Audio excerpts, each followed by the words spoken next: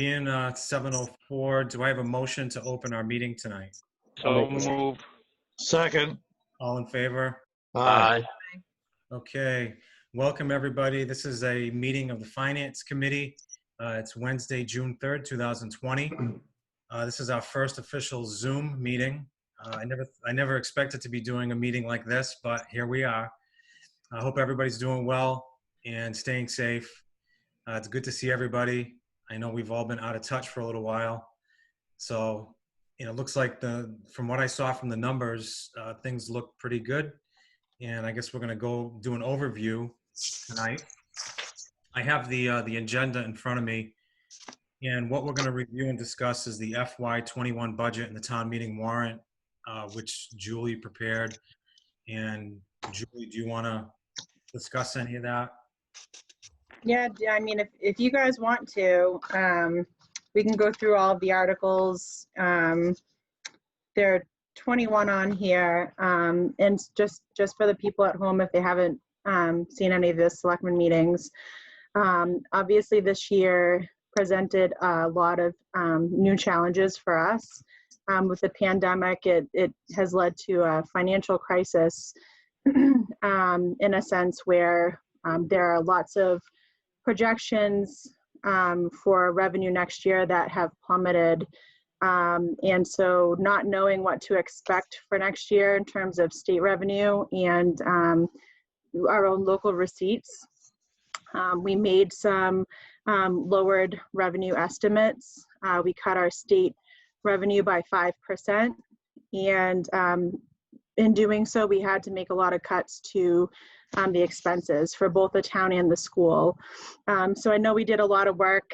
I mean, we were pretty much done with our budget hearings, meeting with pretty much every department, and everything that you guys heard earlier in the year was essentially for nothing. And we had to come up with all new budgets and make cuts. So that's the Omnibus budget. It's an overall, I think it's 1.7% increase. And again, with the lowered revenue estimates, let me just pull it up. We have about 300 and let me pull up my thing because I actually didn't pull it up.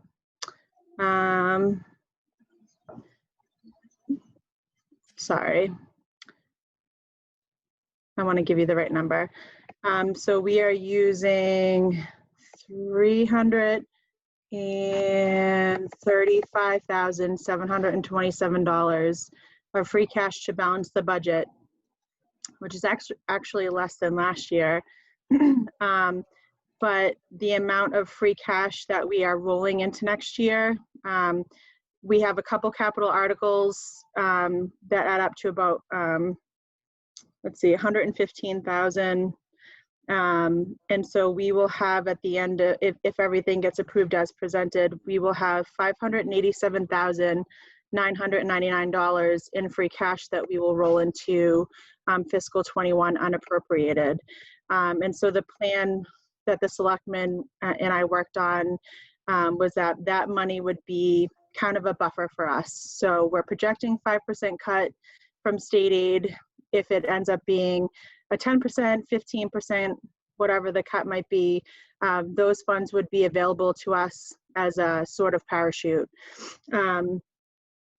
So that's kind of an overview of how we got to where we are. And if you look at the documents I gave you, you can see the detail. We added in a column.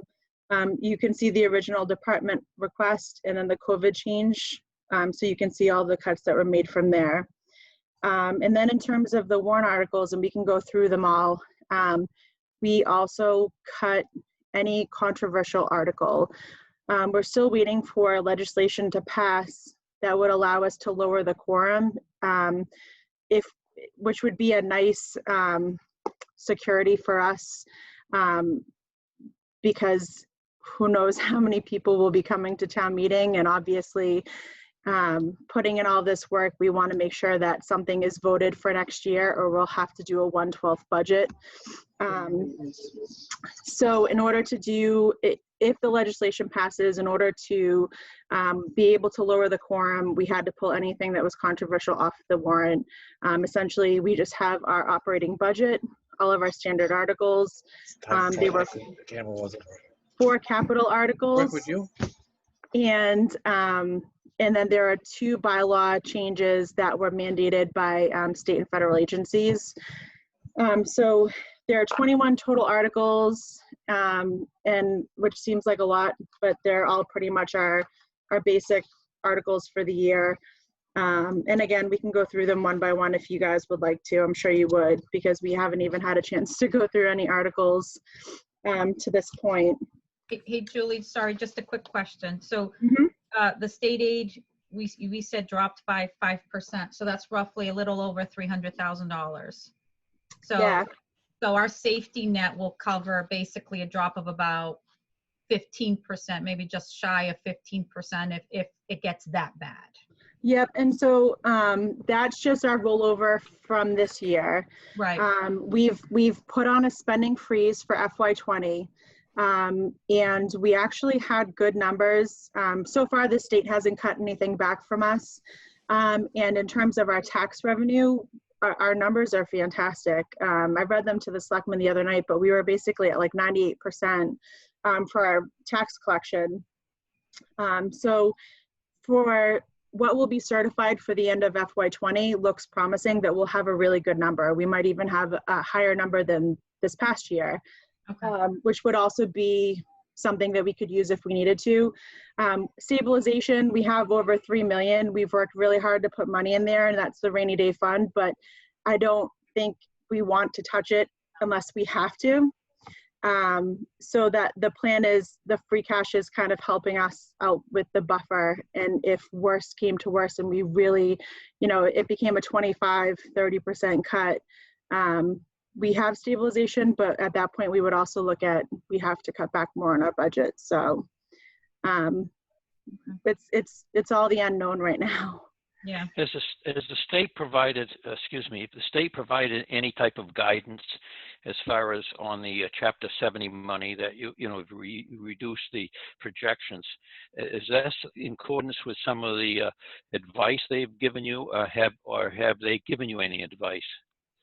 They've given the general advice of plan to cut, but the amount, they have not given any guidance. So, talking to other towns, some did it just level funded because they had a lot of money in reserves and they felt stable.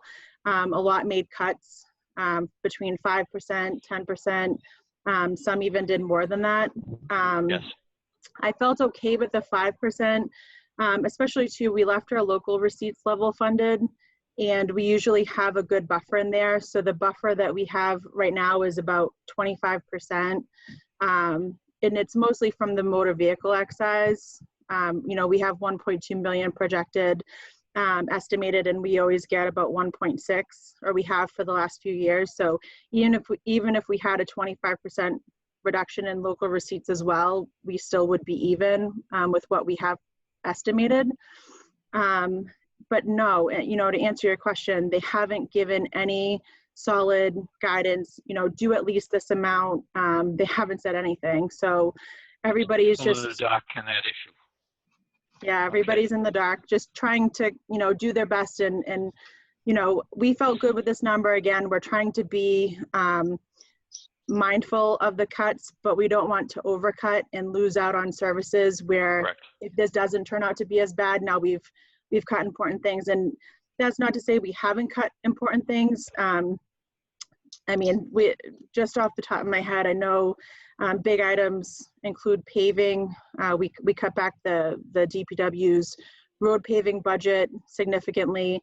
On the town side, there's a police vehicle that we didn't purchase as part of the operating budget. I know on the school side, they had to make a lot of cuts as well. You guys were all in attendance at the shared school meeting, and they have positions that they really, really needed to have this year, but not knowing what the school year would look like and knowing that we have, this revenue that we may not be able to get, they had to make cuts that were painful for them. So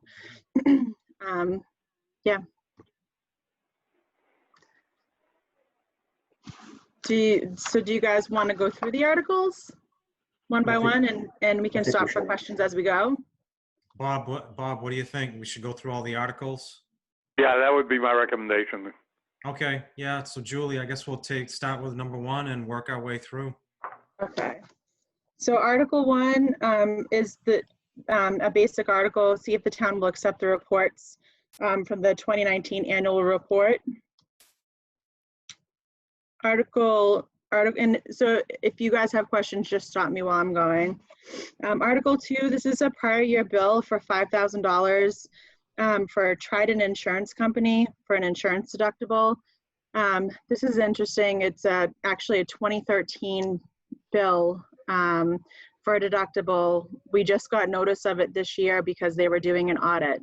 I don't know how $5,000 deductible gets missed, but we did look into it, and it was legitimate. So that's a prior year bill, Article 2.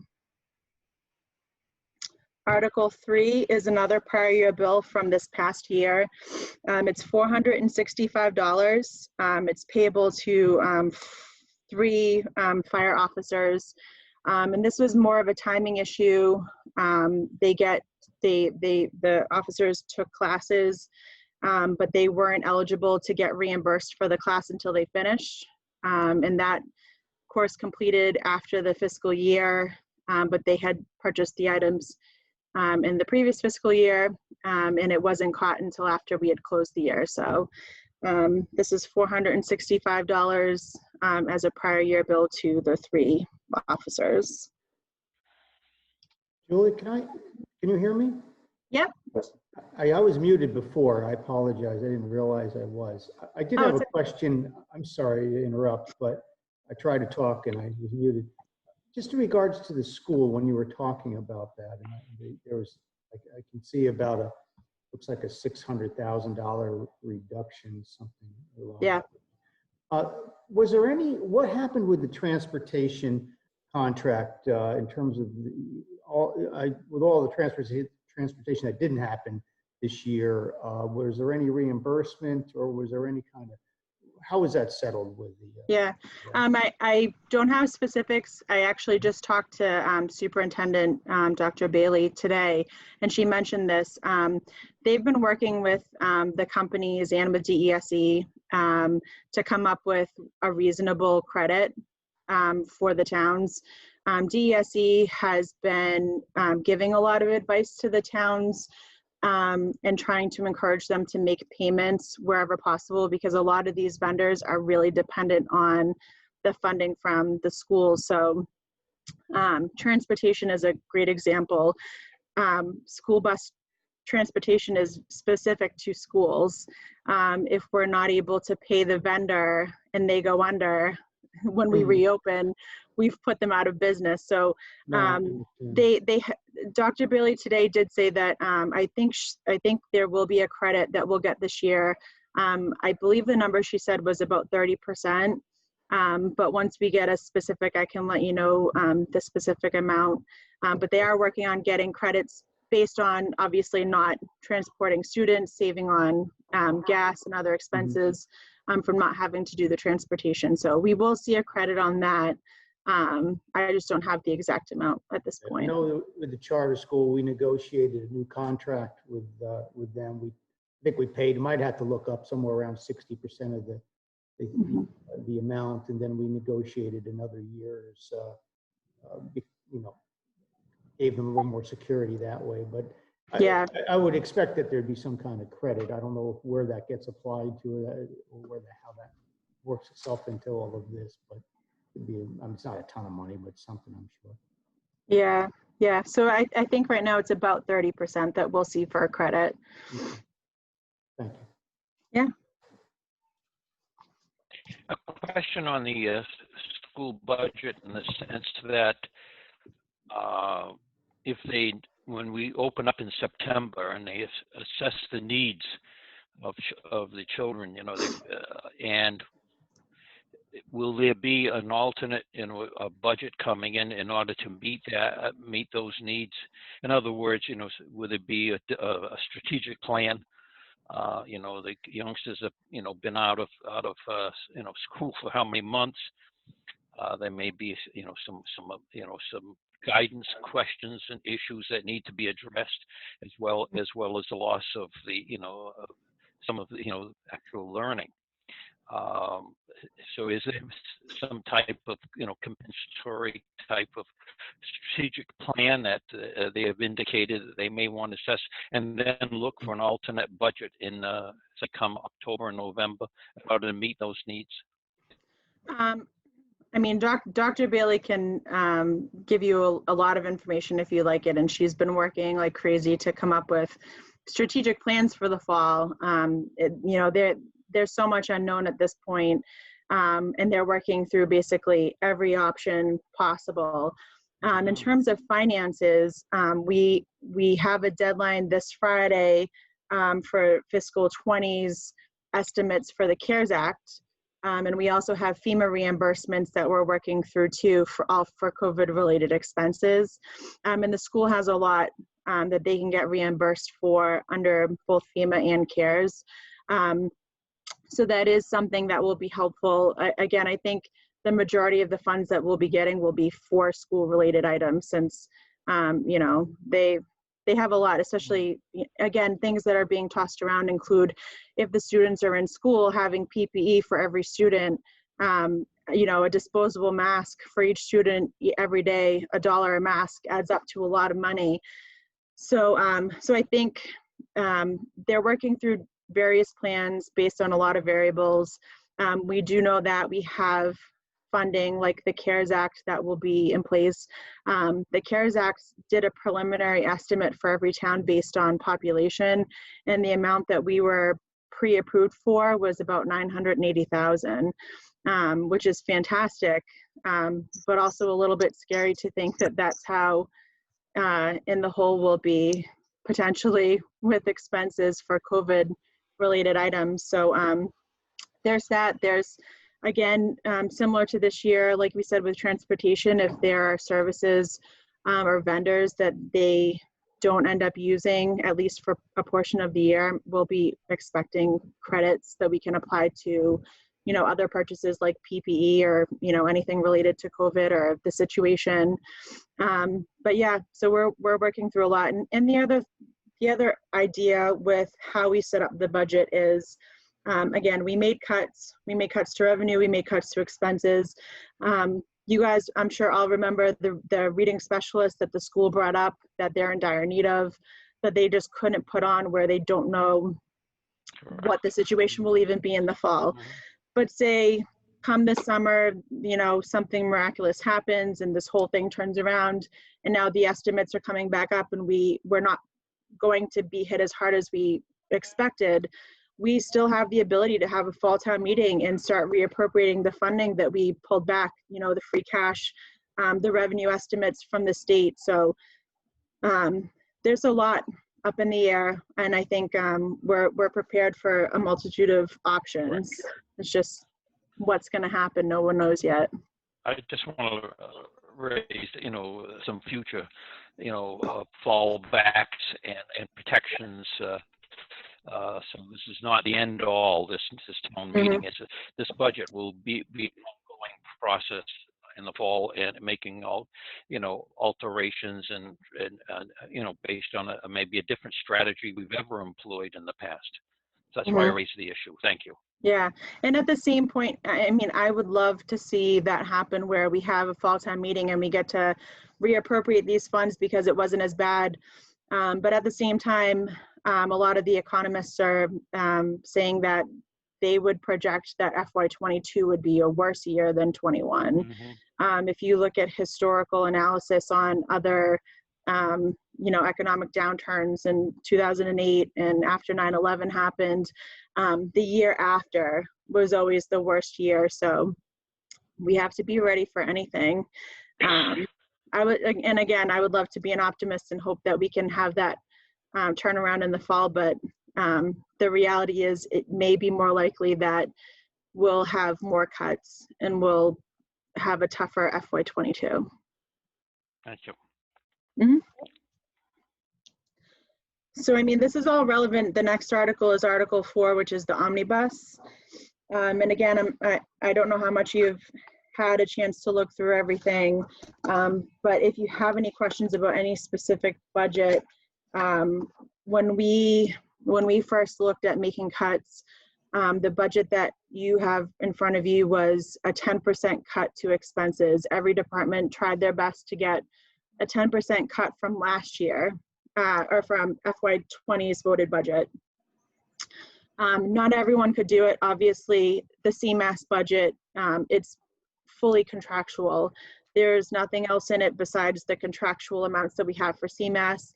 And as you guys remember, when we had the budget hearing with DPW, they plugged in their real number for this year. For FY20, for FY19, they always plugged in a number that was a little bit short, and they knew that they would probably have a deficit. I think this year the deficit is about 20 to 30,000 in the CMAS budget, but for FY21, they plugged in what they believe the actuals will be. So they couldn't cut anything from that budget. But if you look throughout, pretty much every department worked to try to cut something. Some easier things that we cut out were items like travel and taking courses and trainings. It's a somewhat easy thing to put off for a year if it's a temporary cut. Obviously, we want to keep our employees trained, but we didn't know if the situation for FY21 would even allow any trainings. So a lot of people cut their trainings and their travel that went along with it. And then again, some bigger cuts, police, they had 2 cruisers on their budget and they only put in for 1. DPW cut a significant amount out of their road paving. Hey, Julie, animal control went up. Yeah. Salary, so the salary for the animal control officer for FY20, when the budget was done, she was plugged in the wage and class at a certain grade and step, and thereafter the grade and step was re-rated by the Selectmen. So it looks like a bigger jump, but it was because that grade was adjusted after the fiscal 20 budget. Well, I'm looking at the original request. Original request was 45,042. The new request is now 49. Yeah, she had just plugged in a 2% when she gave her budget back without thinking that she had the wrong salary in. Gotcha. Yep. Julie, can I ask a question since we're talking about the this budget regarding the school? It looks like it came down, I don't know, I'm trying to do the math in my head here, call it 460, 470,000 from where they were. One of the items that we've been talking about at the school, when we talked about it at the meeting we had with Kyle back in whatever it was, February now, we're talking about the director of curriculum. And at that time, we were told that that job was supposed to be. Yeah, that's right. Do you know where that stands? Yeah, I believe they've hired somebody for it. I know that they were delayed, and they had said that they were delayed in hiring. I believe they found somebody, and I will double check this, but I'm pretty sure the person right now is part-time, and they were looking to bring them on part-time through the end of the year and then bring them up to full-time for the start of next year. But I can double check on that and let you know. I'd be interested in knowing that because well over a year ago, we were told that this was a position that was dire need, and it took us a year and a half to fill it. And I'm just wondering what Yeah, agreed. I will get that. The last I talked to Dr. Bailey, I'm pretty sure that she had hired, I think it was part-time, with the intention of going to full-time for the next year. Thank you. Yeah.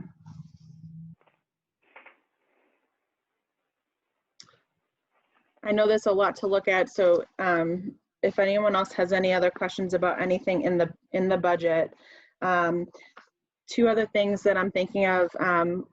We originally had in the planner an increase. I think it was close to 30,000 for redoing the master plan for the town. That was pulled out. The Board of Health had put in for a part-time agent, and we did keep that position in. I'm sure you all remember this was something that had been worked for the last few years. The Board of Health, the Soil Board, the Selectmen have been working to get the part-time agent who can assist with all of the PJ Keating inspections, and having a point person who can be on top of PJ Keating to make sure that they're complying with everything within the permit. So in lieu of the fact that we've spent a lot of time and energy getting ready for that position, and it's important, we did keep that in there. So if you look under the Board of Health, they do have that part-time agent in the budget. Sure. I asked with the, it looks like there's some reductions in salary for the town accountant and the treasurer and collector.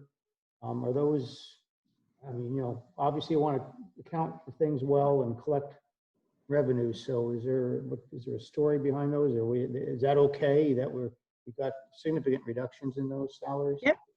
So the town accountant, the salary we lowered. The salary that was there before was my salary when I was the accountant / finance director. And we've recently appointed our assistant town accountant to be the new town accountant. We're finishing up her contract now. And so that number that's plugged in there was lowered.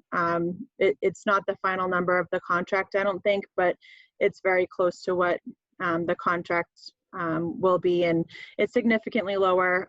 You know, she obviously has less experience, and this position is just for an accountant, not the finance director. Okay. So there is savings in that. And then for the treasurer collector, they originally have the treasurer collector, the assistant treasurer collector, and then 2 clerks in the collector's office. I want to say around February, one of the 2 clerks who are union clerks, she left for a different position. We were in the process of filling her position when everything kind of came together from the pandemic. And in talking to the treasurer collector, especially with looking to make cuts, she felt that she could manage with the 2 employees, so the assistant treasurer and the other clerk. She's very happy with their performance. They're great employees. And so kind of to take one for the team, she felt like she could do without adding that second clerk for the year. And obviously, you know, it would be a temporary measure, but looking to try to cut back for the town in the time of need. So we are not filling that position right now, and that's what that budget is showing. Hey, Julie, I had a question regarding the unemployment insurance line item. I noticed it increased by 20,000. Do you think that's going to be enough of a buffer, considering the amount of time some people have been out of work? So that amount was the same as the original amount that we had budgeted. We always had, so unemployment for the town is a little different than, you know, private sector jobs, where in the private sector, you typically have a percentage that comes out of, you know, your payroll check that the employer will pay a percentage, and doesn't matter who goes on unemployment, they pay that amount and that's all they pay. For municipalities, we pay directly the cost of the unemployment. We'll get a bill from the State Department of Unemployment. And so it gets fuzzy. Even if somebody were to leave the town to go get a job somewhere else, and then they were to leave that job, say 6 months later, unemployment will still come back to the town. Even though we didn't fire the employee, they left on their own, they'll still come back to the town, and we owe money for unemployment. So it's funky. So for the last year or 2 years, the number has gone up. Obviously, we know the school had a lot of cuts last year, and the school is a big part of this increase. Typically, our numbers before this were about 15,000. We would usually have golf is one that would have seasonal unemployment, although that would hit the golf fund directly. And it would usually be, you know, a couple school people here or there, very rarely somebody from the town side. And again, it was about maybe $15,000. And then for the last couple of years, the schools had a lot more cuts. And so we moved it to 50 before the COVID crisis happened to try to be more in line with the actuals. As of right now, the town hasn't had any layoffs, and how the selectmen asked us to do the budget, they wanted to leave people in place. So there are no new layoffs for anybody anticipated in this budget.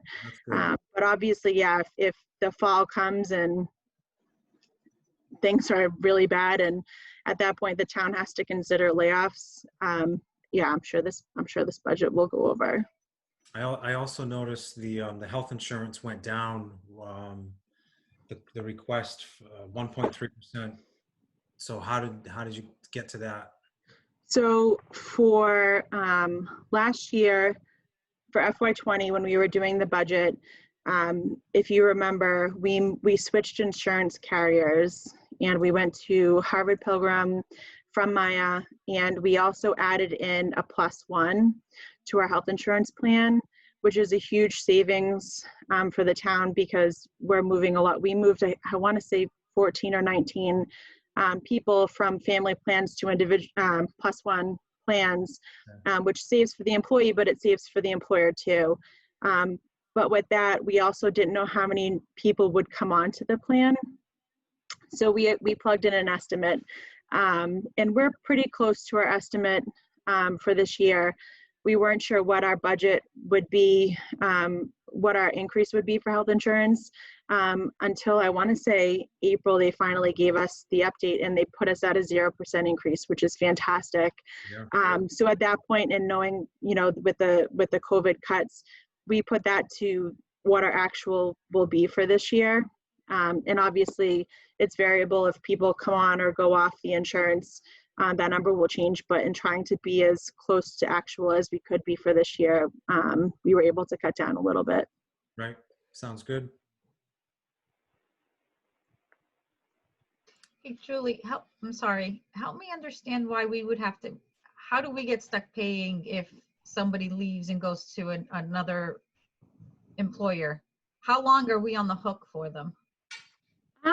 That's a good question. I don't know how many years out, but it's a standard protocol. Whenever somebody files for unemployment, they'll go back over a set number of years to every employer that person had.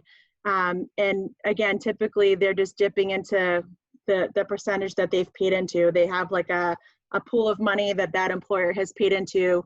But for us, we don't have that. So they bill us directly. And we have attorneys who've looked at it. It's all legitimate. It's just the unfortunate reality that we live in. So sometimes, I mean, honestly, we probably make out in times not like now, when we're only paying $15,000 a year, where we have, you know, $8 million in payroll.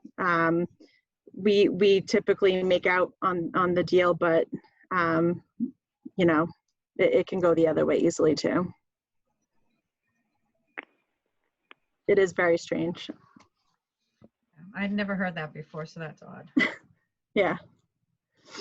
And Julie, sorry, just to go back to the school budget, does it have any adds to the payroll?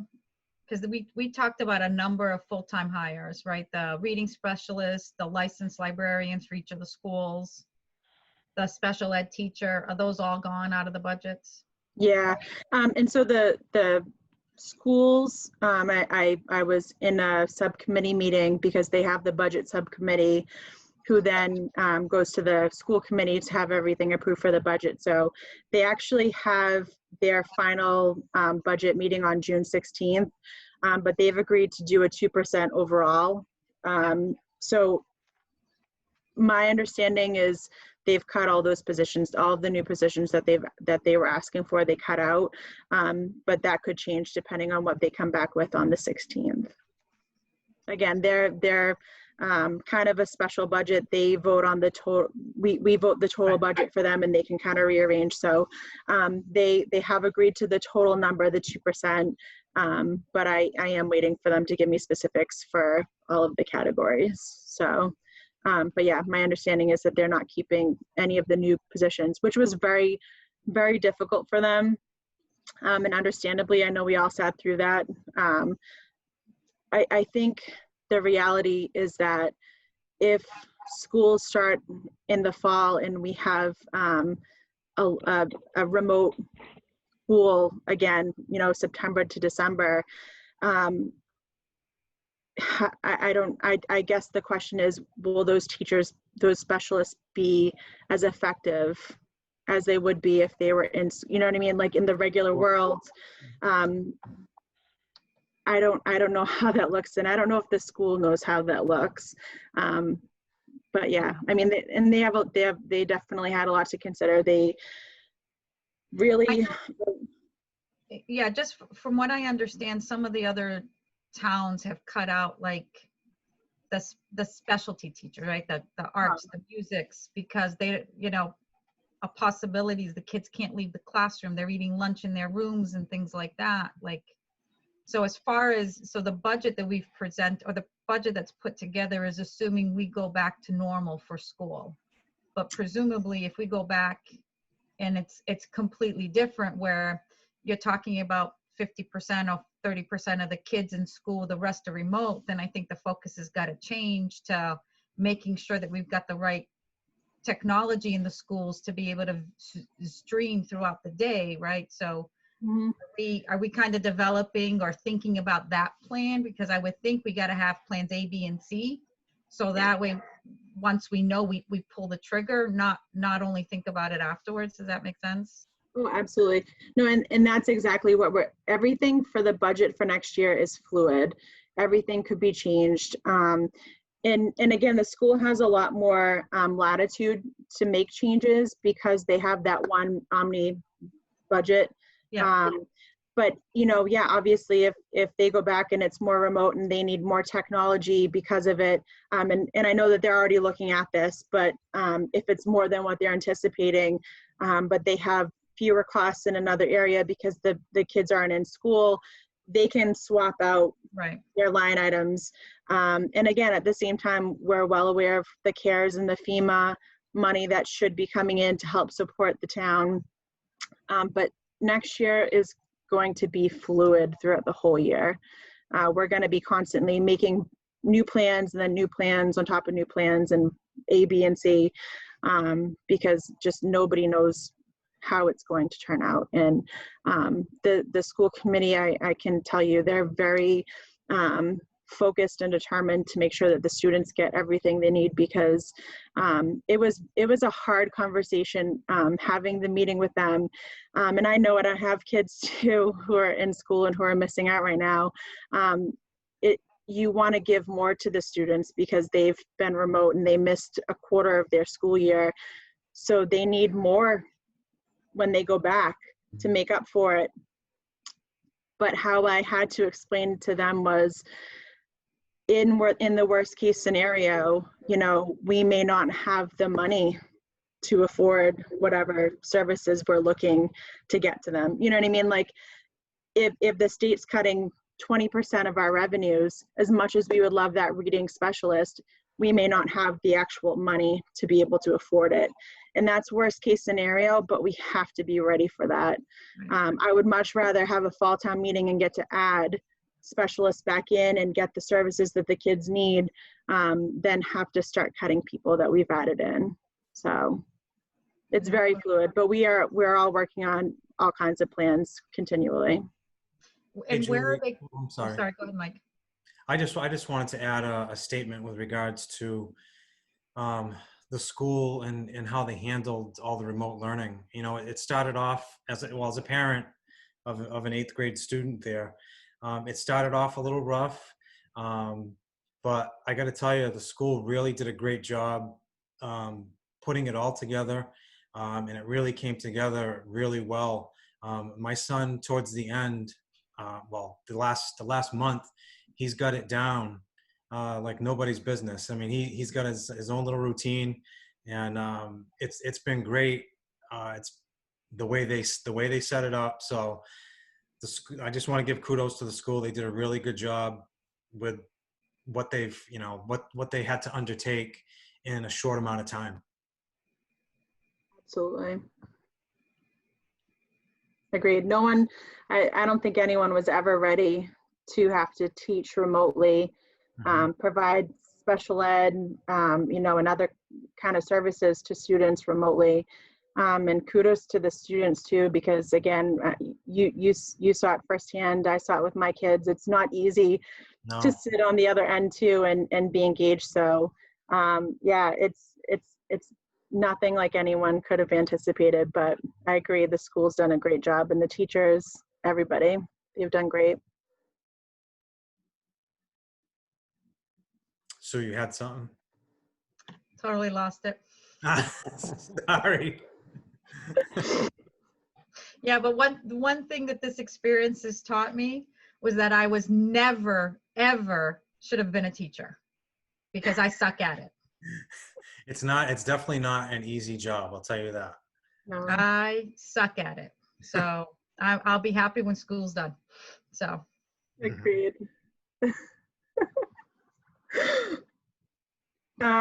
If any of you have questions, and again, I know you just got a huge packet with the entire budget and all of the cuts and changes. If you have any questions that you see later tonight or at any point, feel free to reach out to me and I can answer whatever questions.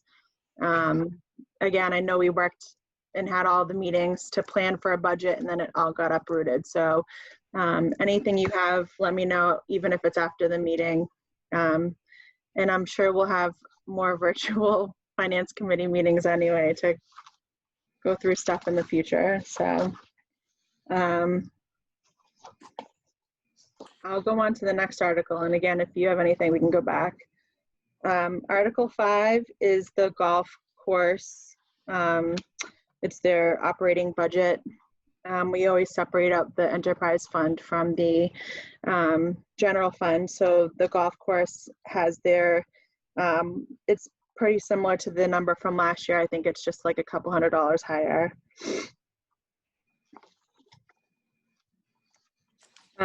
Article 6 is the sewer enterprise fund budget. And Article 7 is the PEG access and cable related fund. I'm not sure if you guys will remember this, but last year we had an article to create the fund. It's a receipts reserved fund. So every year, if we need to spend anything from it, we have to appropriate it. So we're setting it up similar to the enterprise funds to show what we are going to spend. We have $90,000 in salaries and $100,000 in expenses, and it'll be raised through the cable related fees. So that's somewhat a new one for this year, but this is how it will be on all of the warrants going forward. Article 8, standard article, authorizing the Board of Selectmen to apply for state and federal grants. Article 9 is another standard article, which allows us to get Chapter 90 money for road construction and improvements. Article 10 is another standard article, and it's to authorize the treasurer to borrow money from time to time. These ones are on there every year. I think we've had them on the consent agenda in the last few years. So Article 11, this is the capital improvement budget. Again, as I said earlier, the selectmen really didn't want to spend any free cash that they didn't have to, so they could carry as much forward into next year as the security blanket. But we did have some capital requests that came through that were more urgent and would be detrimental to the town if we held them off until a potential fall town meeting. So these were the 4 that came through as very time sensitive. The first 2 are from the school. The first one is upgrading the Wi-Fi for the district, and it's a total of $85,000 that would be coming from free cash. And the second one from the school, we've had this one on in previous years, the roof preventative maintenance for $15,000, and we're pulling that from the capital expense fund, which is where the solar tax revenue goes into a separate fund. It's part of the legislation that was passed a few years ago, and it can only be used for capital improvement. So this would qualify. I'm sure you remember we have applied for MSBA funding to repair the roof, but at this point it wasn't ready to go through for an article for town meeting for this year. We'll be seeing the MSBA borrowing coming up in the next year. So since we aren't replacing the roof this year, the school wanted to put funding back in that will help maintain the roof until they get it replaced. The next capital item is for the fire EMS vehicle refurbishments, and the total amount of $35,000. And that's also coming from the capital expense fund. I know they have work on engine 5, and I think there was another, some other work for one of the other vehicles that they had to do. And then the final article, or final piece of the article, is 3 new vehicle leases for the various town offices that use them. It's a total of $25,000 coming from free cash. So if you remember 3 years ago in August, we got a grant for the electric vehicles. 3 of them, 2 are at the town hall, mainly used by the Board of Health and the building department. And the 3rd one's at the Council on Aging. So we have the 3 electric vehicles. They were leases and they run out in August. So again, this was a time sensitive one. We didn't want to leave the town departments without vehicles.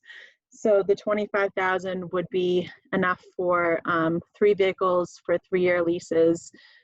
So we would have no break in the usage.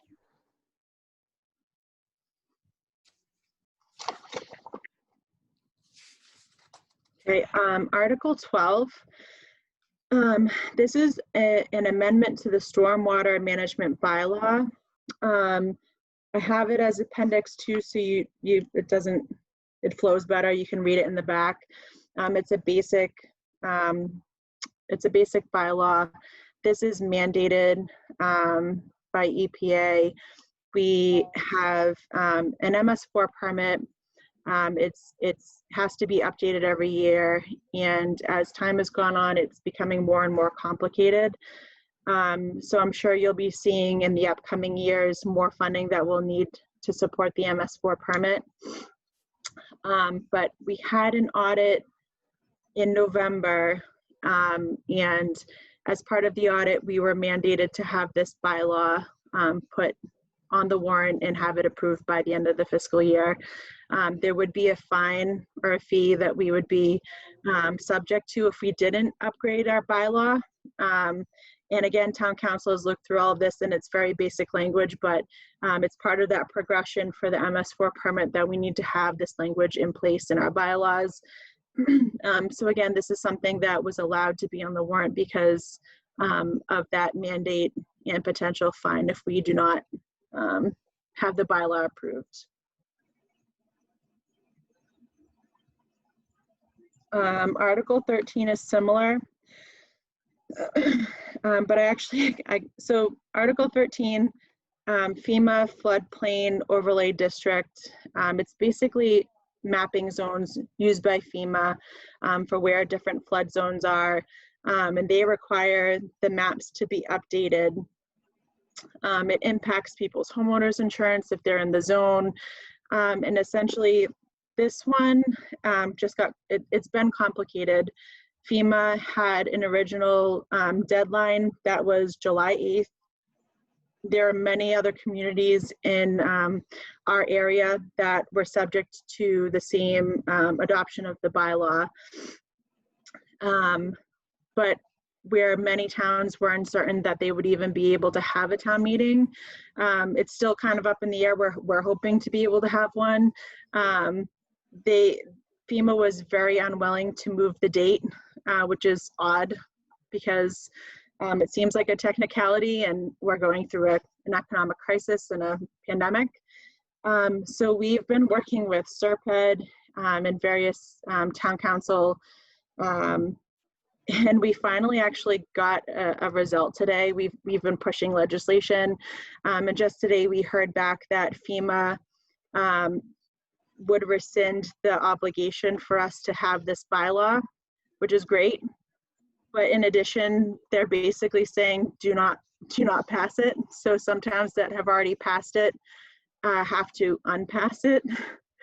And for us, they've said, don't vote on it. Let it be. They're gonna find a new date and push everything off. It's very weird. That came out today. So essentially we kept this on because it was voted by the selectmen, but as instructed today, we're just gonna have to table this at town meeting and not vote on it.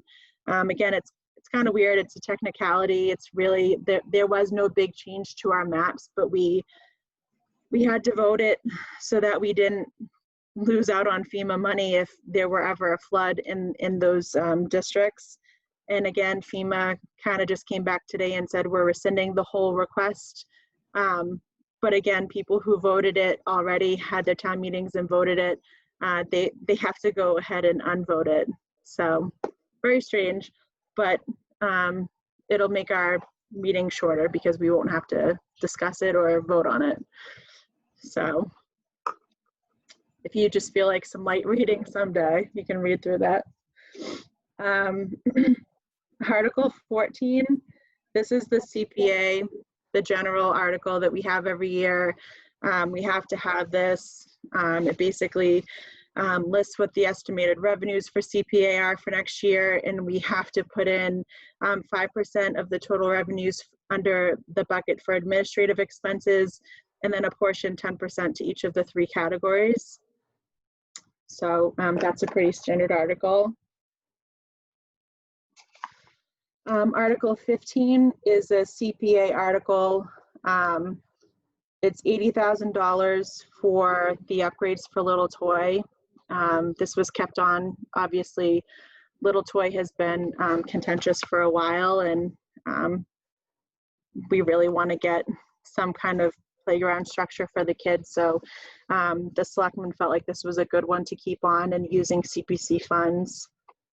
I thought that we couldn't use CPC funds for this. I'm confused because we talked about this before, and Yeah.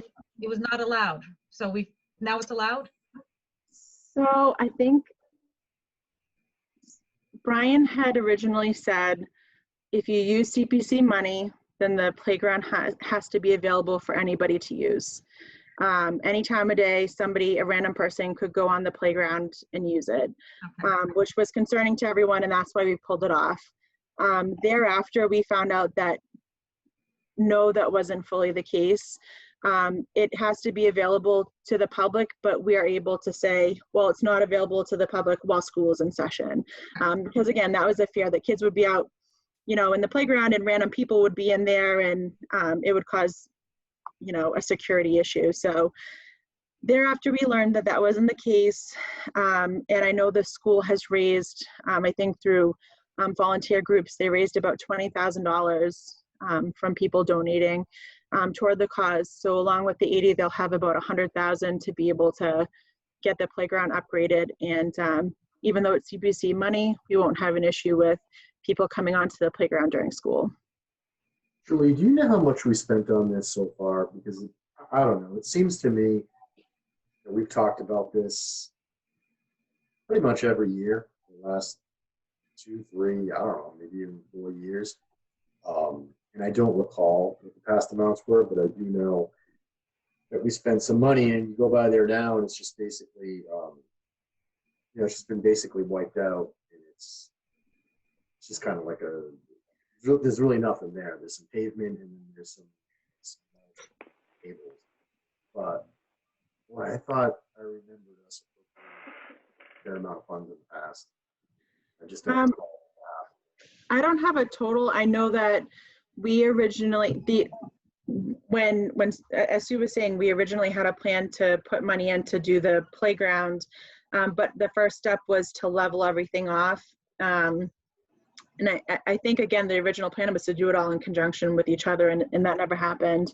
I want to say we had about $20,000 that we had used to fix, put up that retention wall. There were a lot of issues that people had with the unlevel ground and the trees. So I think it was about $20,000 to put up the retention wall, and the DPW had paved the whole area. But not much has been spent since then. Okay. And that's what this would be doing, is getting the equipment so that they can have a functional play space. It just seems, I mean, it's a playground. And for this to be going on for 2, 3, 4 years just seems absurd. Yeah, it's definitely, there's, again, been a lot of talk about it, and a lot of people are frustrated with the situation because the kids haven't had anything to play with. And I know that there have been questions about the amount of money, but playground structures have to meet like ADA requirements. And nowadays, you can't have like wood chips. I don't even know if you can have rubber pellets anymore. You have to have, like, they change it all the time. I think now it's like the flat rubber bouncy surfaces. They're constantly changing, the requirements, but because of those, the need to, meet ADA compliance and things like that, the 100,000 is a good number for how much it would be for the playground. But I agree with you. This has been going on for a while. I think it's been pretty empty for a year or two at this point. So that's why the selectmen wanted to keep it on. I think it's been empty longer than that. Oh, wow. It's been a long time. It's been a long time that the kids haven't had anything there. And I was going to say, is the 100,000 enough? Because I know the Team Noah playground was outrageously expensive. I know their merry-go-round was, tens of thousands of dollars. So is $100,000 really enough to get something? Yeah, I think, the school has received quotes, so they know that the 100 will get them what they need. I'm sure it's not anything extravagant. But yeah, I mean, that will at least give what they need for the students to have something meaningful to play on. Yeah, I just don't want to be, 80% of the way there, and then we get we need another 20 in order to really make it functional. We've already spent 80. Of course, we're going to have to pay the 20. Yeah. One of those situations like we've had. Agreed. From what I understand, that's enough money for them. The next article, 16, is another CPC article. It's only $2,000, and it's to basically make interior improvements for the fire station. This one was kept on as well. It's a small amount, and the improvements were needed. So that's another CPC article. That's the only other one we have this year. The next article, 17, another standard article. It's authorizing the cemetery board to work in the cemeteries and determine the compensation to be paid to the members. Article 18 is same article, but for the Recreation Commission.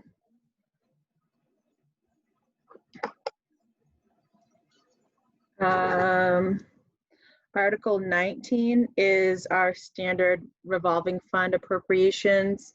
Every year we have to set the limit for the revolving fund, and we've kept those the same from last year. But it's another standard article that we need to have. Article 20 is on every year as well. It's the Board of Library Trustees being able to sell books for $1. And the last Article 21 is the resolution that we've had the last few years for all the people who have left service with the town in calendar year 2019. So I think I told you guys on the copy I gave you, I was still getting the rest of the names. So I will have that ready for tomorrow because we have to print it. So that's it. It's pretty much all of our basic standard articles. The operating budget, there's one capital article with the 4 items on there that were really needed items, and then the CPC articles. So and the stormwater bylaw will be the only bylaw change that we'll have. The FEMA floodplain one will stay on just because it was already approved by the selectmen, but we'll be tabling it at town meeting.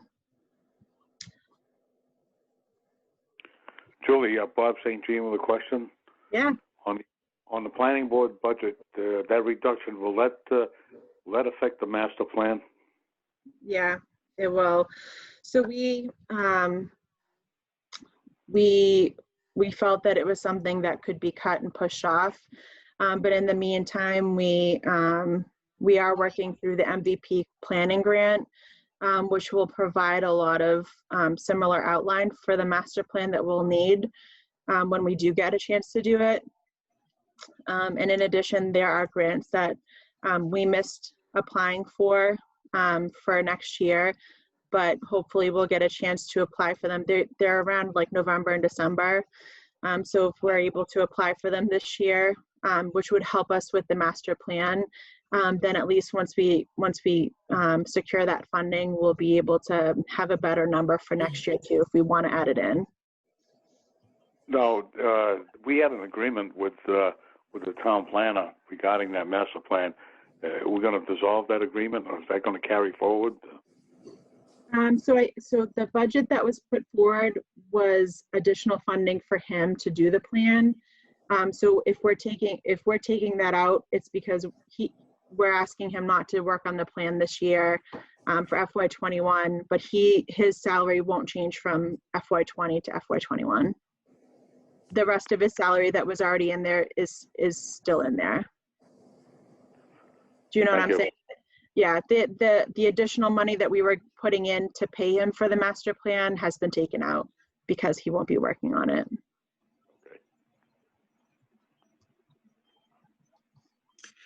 Julie, it's Eric with a quick question for you. Yeah.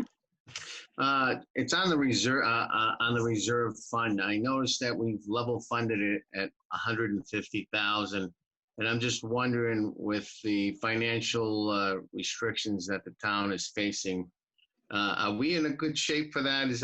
You think that's going to be a good number for next year? I hope it's going to be a good number. We did talk about increasing it. The selectmen definitely brought that up.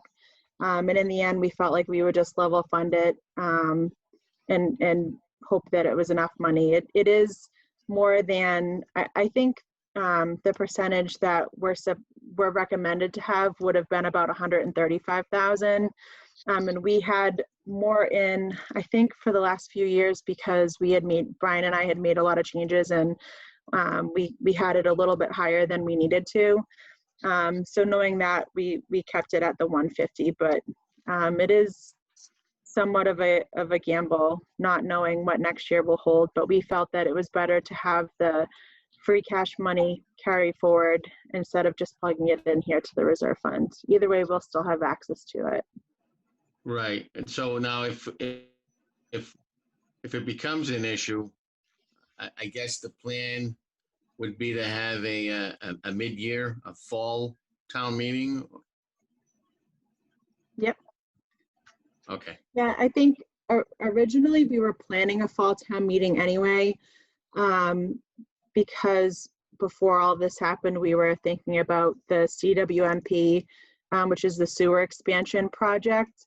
And the MVP grant that we're currently working on would have a fall action grant allowance, and we were hoping to get that and be able to update numbers for the CWMP and have a fall town meeting where the residents who would be impacted would have a more accurate number and hopefully a lower number because we would have grant money. I'm not sure if that's still the plan, but I think we've always kind of had it in our minds that a fall town meeting is definitely a possibility this year. And now, especially with the economic crisis, whether it's for CWMP or for financial updates, I Right. think a fall town meeting is pretty likely. Okay. All right. Thank you. Yeah. I actually have a question for Bob. Yes, Hey, Bob. So are we going to be taking a vote tonight on this town warrant? yes, we should. If nobody has any objections, if there are any objections, bring them forward now and we'll try to resolve them. But I think we need to take a vote on this Okay. tonight. Yeah, I was gonna suggest if anybody has any further questions or discussions regarding the warrant, we can discuss it now.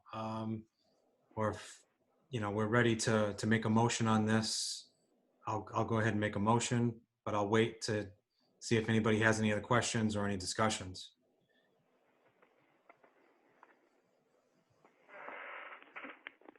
I'll second the motion, and I do believe we need a roll call vote being on Zoom. Well, I'll make a motion to accept the FY21 town warrant as written. Second motion. All in favor? Aye. Any It does, opposed? I do believe it, Mike, it does need to be, I've had a board meeting or two on these Zoom things, and I've been told they need to be roll call votes on these videos. They can't just be aye. That's what I've Okay. heard on other ones. All right, so we had a motion and a second, so we'll go. I procedural question, Mr. Chair. Sure. On Article 13 about tabling, is that, where they mentioned that that article should be tabled, is it at the town meeting, or do we do that? I should be at the town meeting, John. Okay. It will be at the town meeting, but you could recommend tabling it as well. That's what I thought.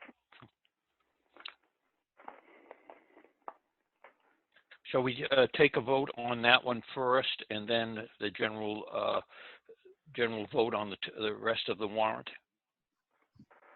Will that alter your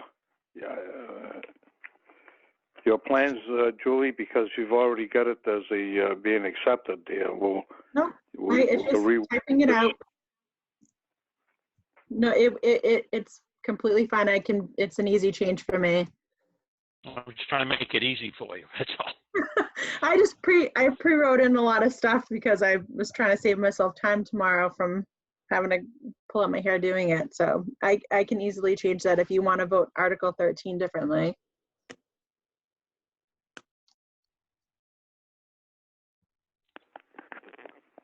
My suggestion would be to vote the entire, a warrant as is, and then make that change on a town meeting floor. I think we did take that vote, didn't we? I agree. Now there's a question whether we should have roll call. Yeah, Is that correct? yes, we had a motion and a second, so we just do an individual roll call, I'm assuming. Yes. All right, I'm a yes. I'm a yes. John Howcroft votes yes. Bob Ferrari, yes. Ron Melbourne, yes. Sue's yes. Michael St. Ange, yes. Okay, and there's no opposed, so the motion passes unanimously.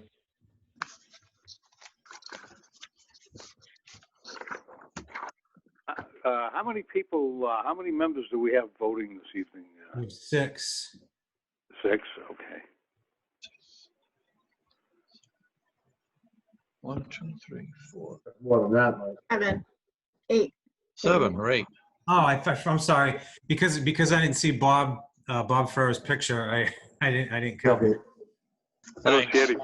All right, so we have 8. Are we including Bob St. Jean? Should, you're on the show. No, Bob. So it'll be 8 total. All right, so 8 total. Okay. All right, thank you. Thanks, Bob. All right, so Julie, the next thing we have tonight, we have 4 different requests from the reserve fund. The first request we have is from the assessors department. The amount is for $1,000, and it's to be transferred to GIS software expense.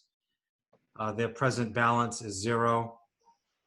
The amount requested is going to be used for to pay a bill not pertaining to the purpose of the line item, resulting in not enough funds to fulfill the contractual obligation with the vendor, CAI Technologies.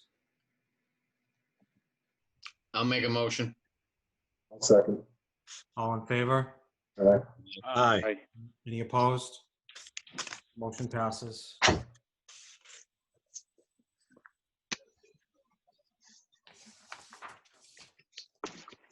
And the next transfer is from the Reserve Fund, Department, Fire and EMS. The amount requested is $7,500 to be transferred to line item other equipment. The present balance is $2,547. The reason for the request is so they can purchase 4 electromagnetic sprayers and disinfectant concentrate and other equipment supplies pertaining to COVID-19 prevention. To accept. We have a second? Second. All in favor? Aye. Aye. Any opposed? Motion passes unanimously.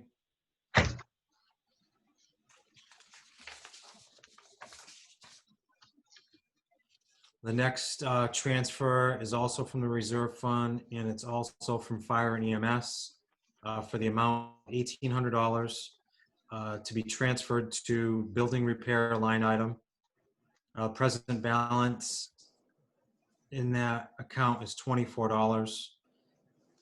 Amount requested is being used to replace a sign located on the lawn of station number 1, which was destroyed by a windstorm. I'll make a motion. A second. All in favor? Aye. Any opposed? Motion passes. Okay, the last transfer is from Reserve Fund, Department, Emergency Management. The amount requested is for $5,025 to be transferred to line item additional equipment. The present balance is 0. The amount requested is being used to replace a server which is 11 years old. The machine is central to the operations and host of our network configuration. I have a question about this one. Sure, go ahead. Julie, has anybody looked into, I'm assuming somebody had to look into this to get the price. Did anybody look into leasing something like this? I know that in private industry, which I'm much more familiar with, this has been the trend going towards a lease situation where this is now stored in the cloud. You don't have to have a physical server. You don't have to worry about backup. Essentially, you pay a flat monthly fee. That's it. Everything's taken care of. You don't have the upfront cost. Granted, you do have an ongoing cost, but you don't run into these peaks and valleys where I think I've heard in the last, 3 or 4 years, multiple requests for servers, and it just seems that it might be wise for us to take a look at that. I'm not sure if the IT has looked at leasing the servers. It's a good question, though. I can certainly, even if the transfer is approved, I can talk to EMA before they go ahead and purchase to see if leasing would be a good option for them. I know EMA specifically, they have a lot of equipment. They manage everything. They have a lot coming in through the servers. And so I can definitely find out. I mean, even if you guys approve the transfer before they go ahead with the purchase to see if it is a better option. I'm just not the technically savvy person to be able to tell you the right answer on this. I mean, I propose to make a motion to table this one until that question gets answered. I would rather not appropriate the funds before the exercise of seeing if it makes sense to do it.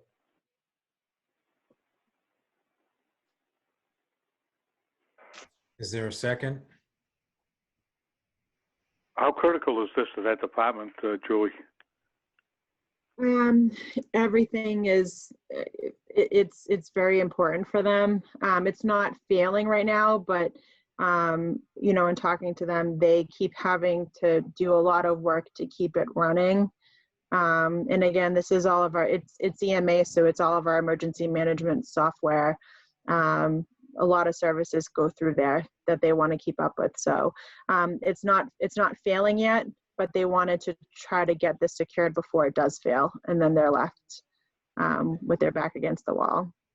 Julie, if we table this until we get an answer to that question, then they have to wait until our next meeting in order to be able to move forward. Yep. And when's the next meeting? It's up to you guys. Yeah. Actually, well, I will say we will still need a meeting before July 15th. As usual, we have end of year transfers that we may need to make by July 15th.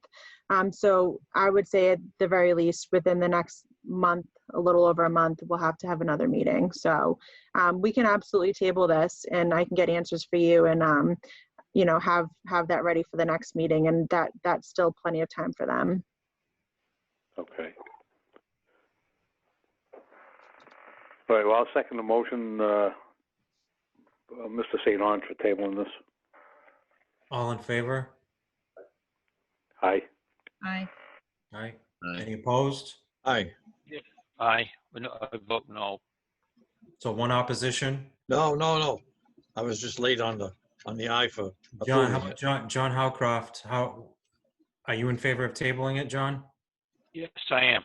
Yes, you I are. think we Okay. should move forward. It's too critical. Okay. The motion to table passes unanimously.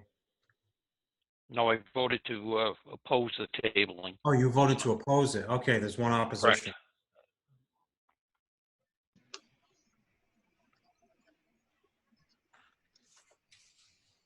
Okay, the motion passes with one opposition. That concludes the reserve fund transfers for tonight. Actually, Mike, can I ask Julie a question? Yeah, Sorry, sure. I was Sure, I was a little bit late. You process a lot faster than I can. Going back to the assessor's request, they're saying they asked for $1,000. This is a general question because I know we already passed it. The explanation why they needed the money was because they used the cash for something else not pertaining to that expense item. So what did they use the money that was supposed to have been to cover this contractual cost for? I'll have to look back. This was from the beginning of April. Yeah. Probably new at the time, and now I can't think of what it is. Okay. But I Because can. now we have a contractual obligation. Our hands are tied. We have to pay it. But we had the cash there, and it was used for something else. I guess I'm curious as to why that was done, leaving us with our hands tied now. I agree. I can find out for you. If I'm remembering correctly, it was something similar, another contractual obligation with another vendor that they had forgotten about. But I'll get you that info for the next meeting too. Okay. Yeah. I just want to understand how that played out. That's all. Thanks, Julie. Yeah. I have a question for Bob Jean. Yes. Bob, when do you anticipate us having another meeting? Well, if we don't need one before town meeting, it'll be after, after July 1st, before July 15th. Okay. So there won't be a meeting just prior to the town meeting, like we would sometimes, where we, have a meeting in the library to wrap anything up, and so we're not going to be doing anything like that. Not unless we need to. We could probably post it and be ready for a meeting. We can always cancel it if we don't need to have it. Okay. All right. Does anybody have any old business to discuss?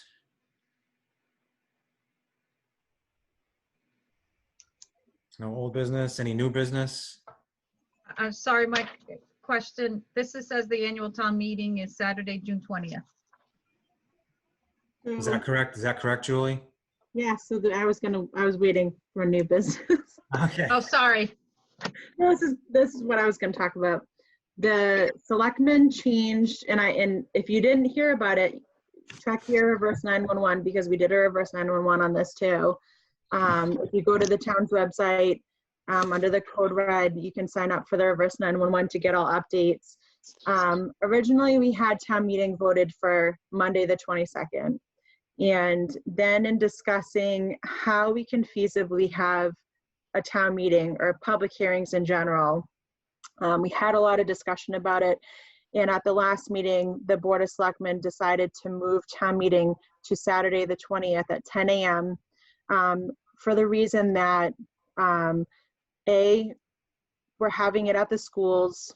There's been talk, and I know other towns have done outdoor meetings, and working with the Board of Health and the building inspector, we determined that the area that we always have town meeting is a large enough space for us.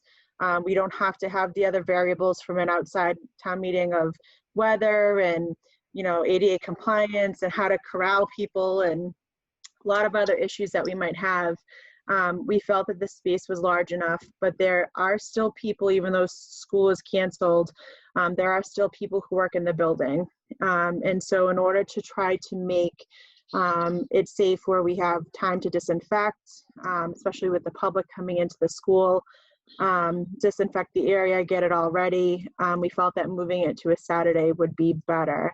I think there's also a hope that more people will attend. If they don't have to come after work or, something like that. So I was going to encourage everyone to please attend. We obviously, we do have a limited capacity. We were actually at the school today doing a setup of the whole space.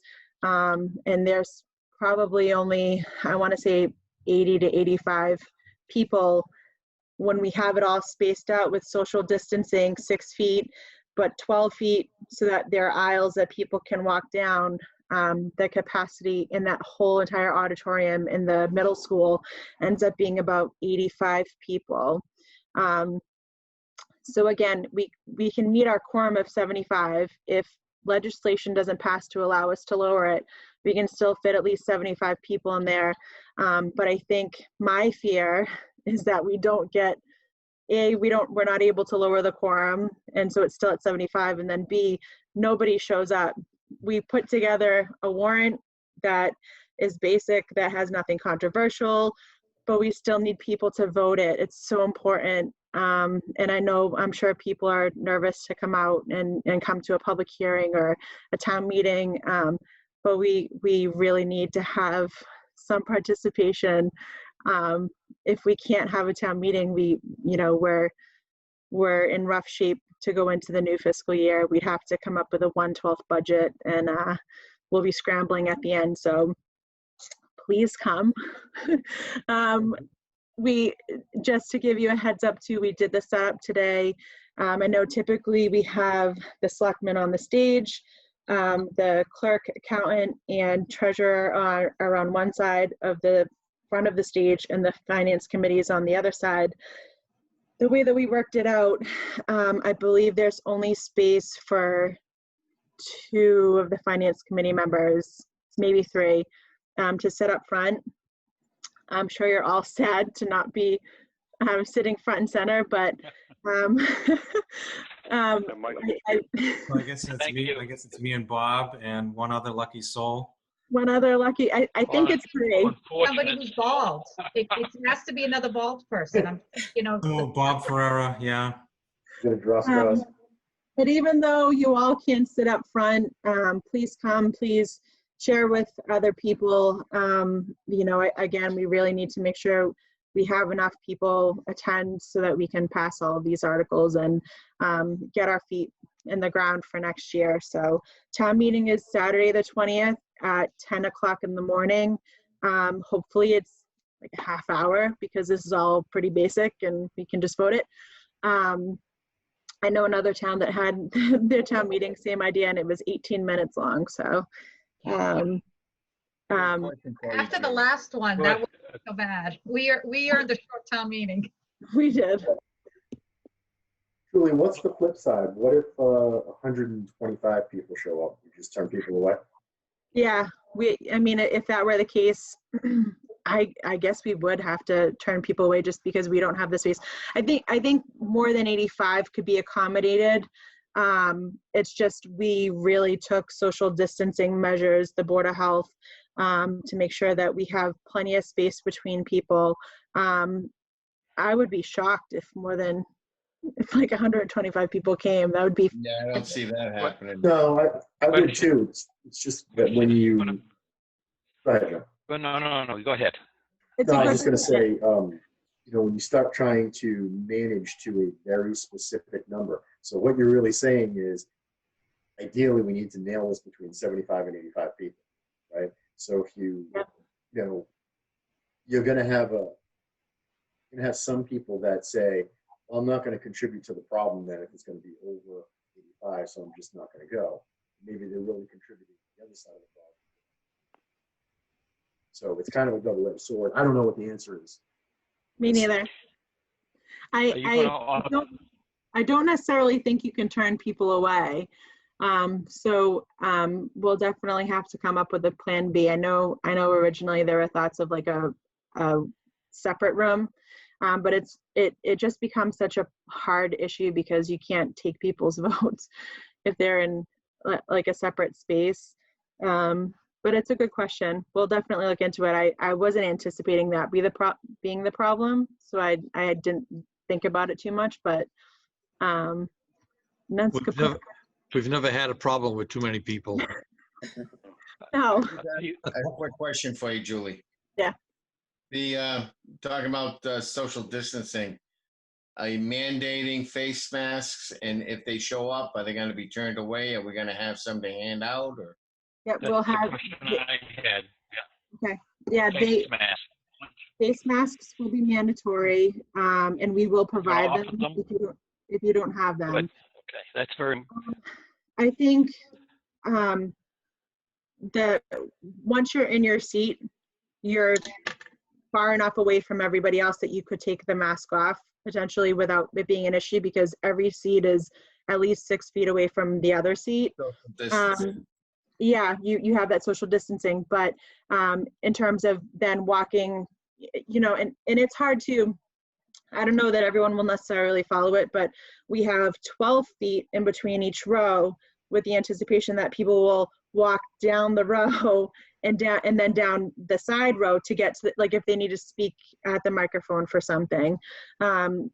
And obviously when you look at the whole auditorium and all the space, your gut instinct is going to be to like walk up and just go ahead up.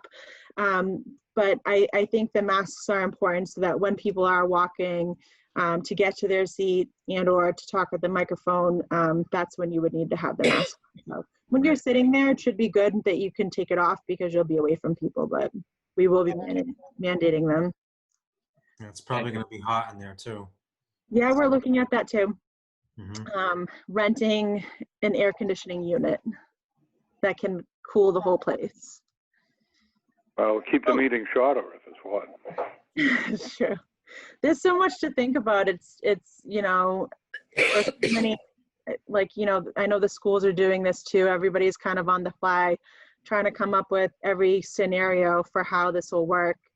And who knows in the end, but yeah, we're looking at the air conditioner rental. And we already have it set up so that it's taped out. They're going to be taping arrows on the floor and leaving a setup there because all of our public hearings going forward will be held in that same area. And it's already pre-taped so that we know it's set up correctly for the Board of Health. It's different.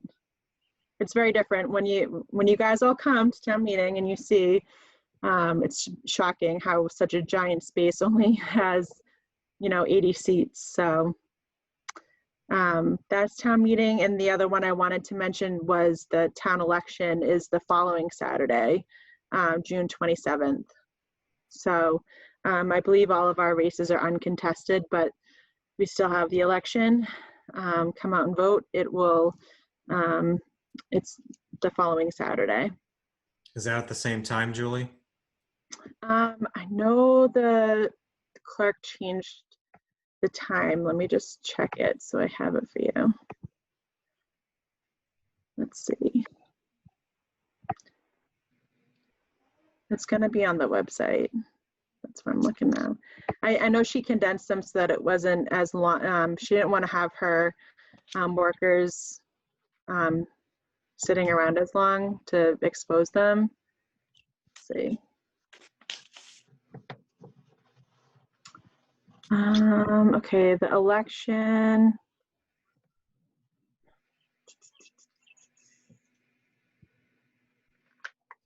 I don't have the times. I'll get it and I'll make sure it's posted to the front of the website. Okay. June 27th. I know that the clerk just changed it, so I'll make sure that's on the front of the website. And again, for anybody who hasn't received any of the reverse 911s on our website, sign up for the code red. It's nice, you'll get a phone call whenever we have updates, and we try to only do it when it's something important, so at least you'll be in the know. Thanks, Julie. It's a good first meeting for Zoom, considering, we've never done this before. Glad everybody's doing well. Hope everybody stays well between now and, the time we meet again. It'll be good to see everybody in person next time around. So if there's nothing else to add, Eric, I'll give you the honor of making the last motion. Thank you. A motion to adjourn. Yes. Second. All in favor? I have questions, Mike. Yes, Bob. Go ahead. First one for Julie.